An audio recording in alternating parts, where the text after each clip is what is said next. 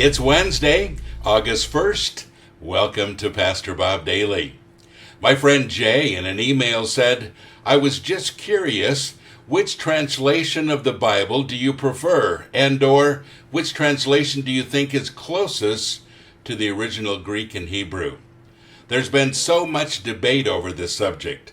So many churches here in Kentucky say it's the King James Version or nothing, which I don't understand how they conclude that, since the King James Version wasn't the first English translation. Plus, the Bible has to be translated into many other languages besides English, obviously.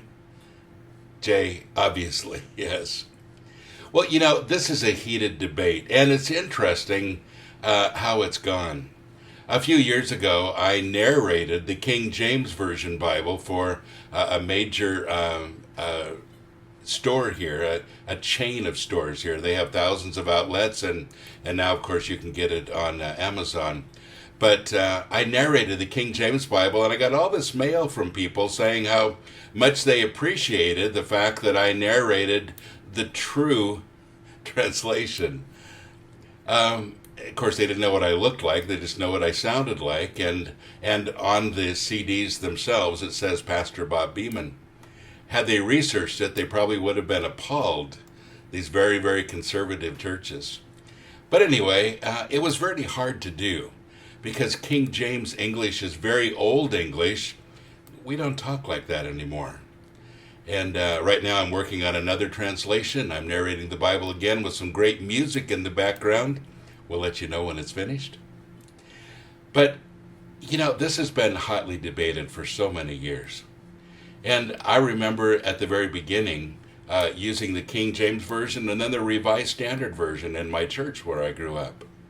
I remember being very excited when the J.B. Phillips translation came out, and it was easier to understand. And then the NIV came out, and Bill Zondervan actually sent me a case of the very, very first NIVs to use in the meetings that I was having with young people at that time, because he wanted to see how it translated, and he asked if I would get back to him with criticism, suggestions, and then of course after that they did the final rewrite, and I actually have one of those original ones still.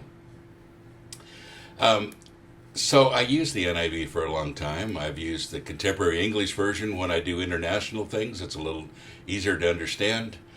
It just depends on what you're using it for. I actually like the Message. I love Eugene Peterson. He's actually one of the translators of the NIV. And it really reads like a story. And when I sit down just to enjoy the Bible, that's what I read. When I study, though, it's a different story. Now, I'm not a scholar. I had some Greek in school. I've stumbled through Hebrew. I've learned how to use my interlinear Bible, my Strong's, my Vine's Concordance, all of those things to kind of translate from the original languages. And by the way, the Old Testament was written in Hebrew, except for the first 9 chapters of Daniel, I think, which was written in Aramaic, and then the New Testament in Greek. And so if you want to go back to the inspired versions, you go back to those particular translations, those original writings, So what do you use then? Well, when I study personally, I use the Amplified Bible. I love it the most, and I can go and really do some hardcore research and look up the Hebrew and the Greek and really get into word studies. But I find almost the same thing in the Amplified Bible.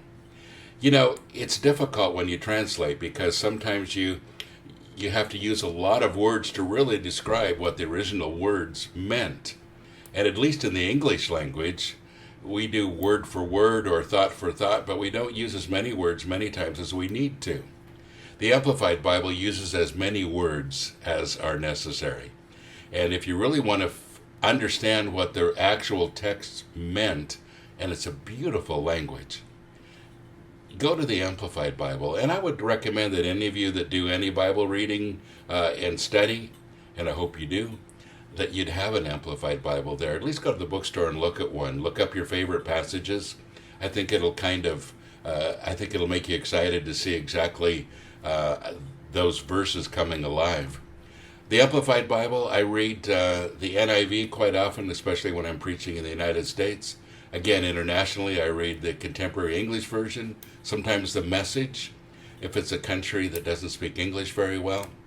But the basis of the whole thing is that the Bible is the inspired Word of God. The original languages are. And everything else is kind of a translation. Depends on what you're going to use it for. But folks, don't get so rigid and so legalistic that you try to read a version of the Bible that you don't understand. Get something that you do understand. And again, for study, I'd recommend the Amplified Bible. Check it out. God bless you. Have a great day.